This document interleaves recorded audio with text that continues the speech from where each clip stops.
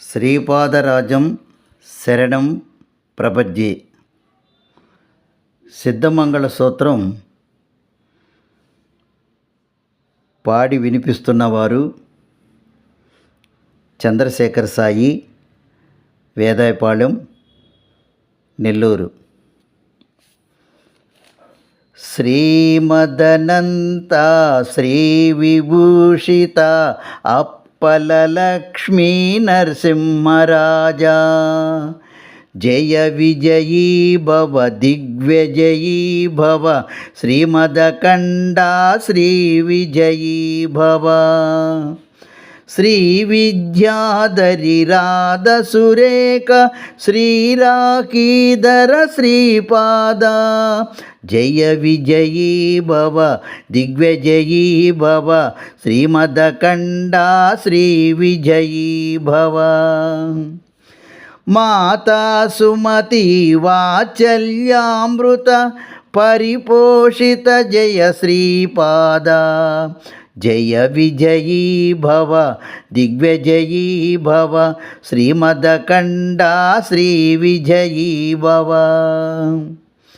సత్య ఋషీశ్వర దుహితానందన బాపనార్యనుత శ్రీ శరణ, జయ విజయీ భవ దిగ్విజయీ భవ, శ్రీమదకండా శ్రీ విజయీ భవ. సవితృకాటక చయన పుణ్యఫల భరద్వాజ ఋషి గోత్ర సంభవ, జయ విజయీ భవ దిగ్విజయీ భవ, శ్రీమదకండా శ్రీ విజయీ భవ.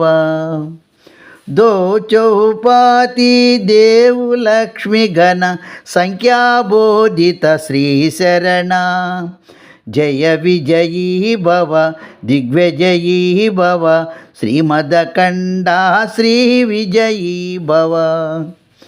పుణ్యరూపిణీ రాజమాంబసుత గర్భపుణ్యఫల సంజాత, జయ విజయీ భవ దిగ్విజయీ భవ, శ్రీమదకండా శ్రీ విజయీ భవ. సుమతీ నందన నరహరి నందన దత్తదేవ ప్రభు శ్రీపాద, జయ విజయీ భవ దిగ్విజయీ భవ, శ్రీమదకండా శ్రీ విజయీ భవ. పీఠికాపుర నిత్య విహార మధుమతి దత్త మంగళరూప, జయ విజయీ భవ దిగ్విజయీ భవ, శ్రీమదకండా శ్రీ విజయీ భవ. జయ విజయీ భవ దిగ్విజయీ భవ, శ్రీమదకండా శ్రీ విజయీ భవ. నాయనలారా, పరమ పవిత్రమైన ఈ సిద్ధమంగళ స్తోత్రమును పఠించిన ఎడల అనగాష్టమి వ్రతము చేసి సహస్ర సద్బ్రాహ్మణ్యమునకు భోజనము పెట్టిన ఫలము లభించును. మండల దీక్ష వహించి ఏకభుక్తము చేయుసు కాయ కష్టముతో అర్జించిన ద్రవ్యమును వినియోగించి సహస్ర సద్బ్రాహ్మణ్యమునకు భోజనము పెట్టిన ఫలము లభించును. ఈ స్తోత్రము యోగ్యులసే పఠింపబడును. దీనిని పఠించుట వలన సిద్ధపురుషుల దర్శన స్పర్శనములు లభించును. మనసున తలసిన కోరికలు నెరవేరును. మనస వాచ కర్మణ దత్తారాధన చేయు భక్తులు ఈ స్తోత్రమును పఠించినంతనే శ్రీపాదులు వారి కృపకు పాత్రులగుదురు.